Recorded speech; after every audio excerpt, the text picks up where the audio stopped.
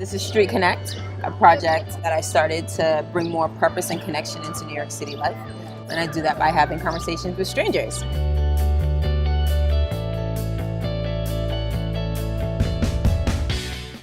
What do you think about life after death? I am a Christian. Okay. So I believe in a more traditional view, I guess, of life after death. So I believe in heaven.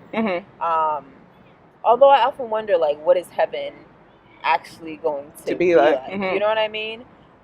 Because I think of heaven as a place where we are in the presence of God. So therefore there's joy and peace and goodness there. So not necessarily pearly things and clouds or whatever. So but because I'm thinking of it as a place where God is, and therefore there's no pain or whatever, then I can't imagine what that actually is. Is it just going to be a renewed earth with all whatever, you know? And then when people are you'll still know your husband and stuff like that, I'm but how? And I also don't get, I know this, you hear Christians a lot say that they long for heaven. You know what I mean? Yeah. I'm I like it here a lot. I really this place is terrible, you know what I mean, or whatever, but my life is okay.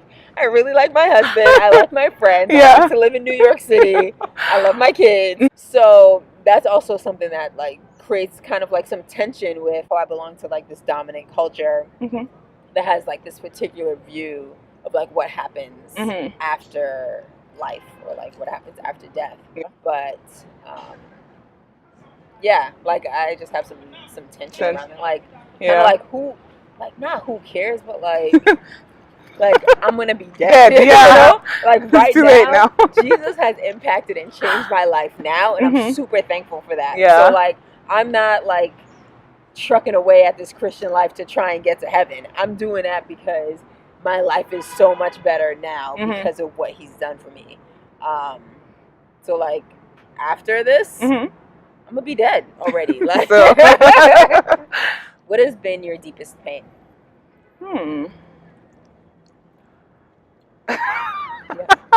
That's a really personal. Yeah, very, very, very personal. Okay. I don't know. Just the feeling of being rejected that really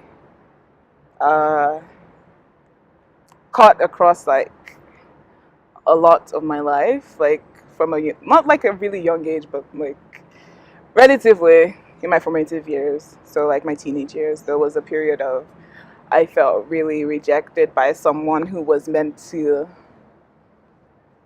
not reject me. So yeah, that was definitely something that was really, really, really, really, really hard to carry and actually deal with and get over. So yeah, we're talking about being Christian, and that really also hindered that relationship as well, because I was yes, it made me say, okay, yeah, I know God's not gonna reject me, but then it was oh, if this person is, will you really not? So yeah, that would be my biggest pain.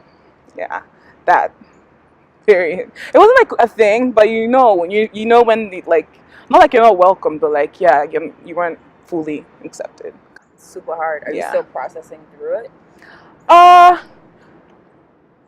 think I'm mainly over it relatively. I just I just haven't gotten really closure. I know sometimes oh, you really don't need closure, but then I kind of just need to have that conversation with that person. Personally, I think I've dealt with it fine because I can relate with that person fairly well. How did you kind of get to the other side of feeling rejected and then being able to be around the person, or what? You know?